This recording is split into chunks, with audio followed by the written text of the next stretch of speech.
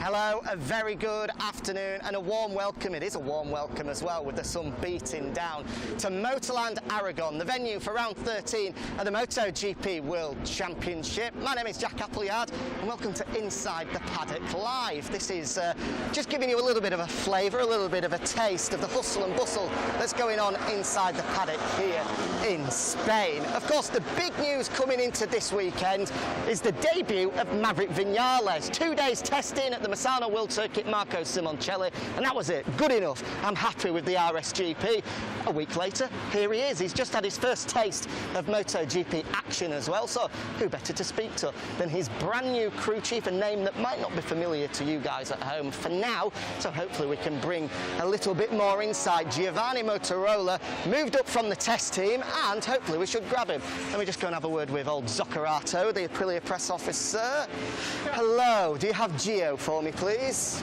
Maybe. Okay, go and have a look. Go and have a look. Let's see, hopefully he can come and have a chat to us. As I said, he's been with Aprilia a very long time.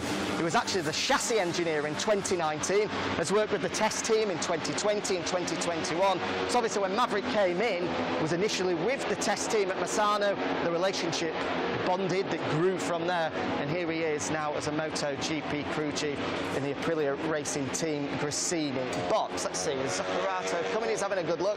We do know that Maverick's in there. How can we tell? Because he's got his scooter right there with his little girl's name, Nina, on the side of it. She's here this weekend as well. We saw some lovely images on Instagram earlier in the weekend of him posing in his brand new Aprilia gear with his little young daughter as well. Incidentally, he finished 19th in the opening session, 2.1 seconds off of the pace, but don't read too much into that because Marc Marquez was 0.9 of a second clear of everybody else. Still a positive start.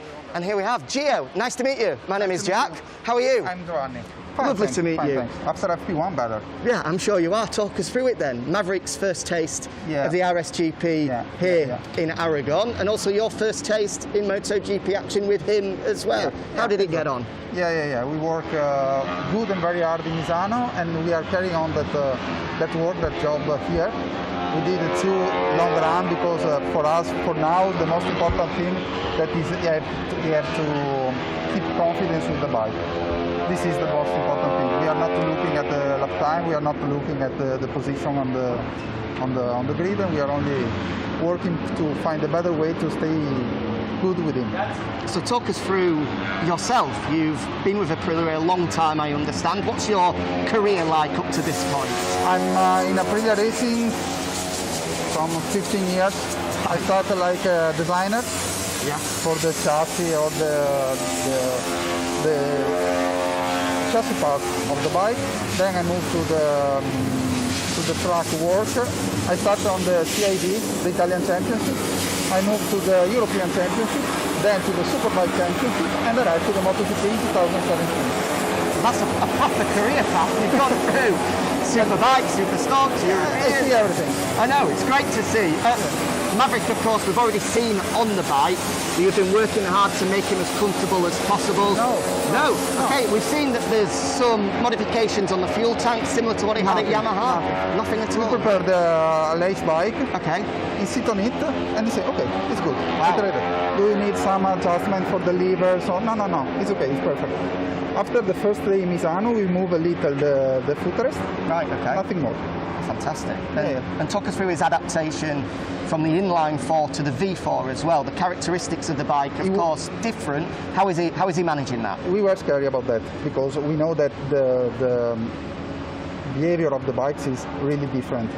But when he jumped on the bike, he comes in after the first run, he was smiling, and we understand that maybe the work was less hard than what we expected. Okay, he's still working for the turning, for the braking, because how the rider has to move and has to work with the bike is different. But he's understanding very fast. And we hope that this is the way, this is the starting method. I'm happy. And just finally, before we let you go, what are the expectations this weekend? 2.1 seconds off in free practice 1. Where do you hope he is by race day? I say nothing. Well, good luck anyway. Lovely to meet you. Thank you. And give Maverick our best as well. Okay. Thank you very much. Bye. What a lovely lovely guy. That's Gio then. Nice for you guys to meet, and a little bit about his career path and history as well. He's really risen through the ranks, hasn't he? Fantastic to hear. Clearly a super intelligent guy as well. And you can understand why the relationship has formed as quickly as it has with him and Maverick. He seems a fairly charismatic guy. And Maverick is similar as well, of course. You know, it's very difficult to comment on what has happened with Maverick this year. It's totally unprecedented. And, you know, what he's done, he's even admitted, wasn't right. But, you know, that's not his character. From interviewing him, from speaking to him, away from the camera, he's such a nice guy. Nobody really has a bad word to say about him. So it does come as a surprise when he did the thing that he did back in Austria. But hopefully, I'm sure you guys at home, like me and everyone here, wish that it's a clean slate for him, and his new relationship, his new partnership with Aprilia is going to be a positive one. Right, I reckon we're going to walk down in this direction, because right at the end of pit lane, hopefully, if I stretch my legs we'll get there in time, is the Petronas Yamaha SRT Hospitality. Now, I don't know if he's going to be there. I'm just kind of hoping that he is, but we do know that Andrea Dovizioso is in the building somewhere. Obviously, if you're not aware, extremely likely, we heard from Lynn Jarvis at Silverstone that the deal is almost done, 99% there, that he will be jumping into the Petronas Yamaha SRT squad for the remainder of this season, and then likely in 2021 as well, with Franco Morbidelli moving up into the Monster Energy Yamaha box as well. On that, we did hear actually this morning from Valentino Rossi that maybe Morbidelli's surgery is a little bit more complicated than we first expected. Obviously, it was a big surgery on a ligament damage within his knee, so hopefully he can be fit and firing for Misano in 1 week's time. That's the plan anyway. Dovi is expected to be there, so if we can get a glimpse at him, maybe grab a word, I'm not sure. We were told yesterday he's not doing any interviews because there's nothing to speak about, but I like to be a bit cheeky sometimes, and if he's there, we might just throw a question to him and see what's happening. So, as you can see, team boxes behind me. Who have we got coming up here? KTM.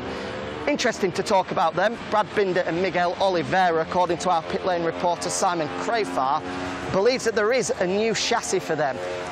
We don't know for certain yet. Simon just, obviously, if he says it, he believes it is, and you're a brave man to doubt him. We will be asking both of those guys later to see whether it is a brand new chassis, because it's been a bit of a mixed bag really for KTM. You know, the Oliveira and obviously Binder as well with that race in Austria have had some real moments of brilliance so far this year, but ever since that crash for Miguel in Austria, he's not been himself, and he was struggling this morning as well. So hopefully that small tweak will be enough to see the KTM boys back challenging at the front.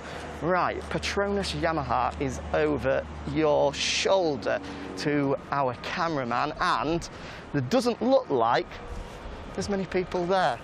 So my plan has failed completely, which is a real shame. But if you stay tuned on MotoGP, you may well see Desmo Dovi out and about on the circuit. So that's a reason of plenty to tune in for FP2 later on. Thank you very much for joining us. Hope you enjoyed that. And what a nice bloke Gio was as well. See you later.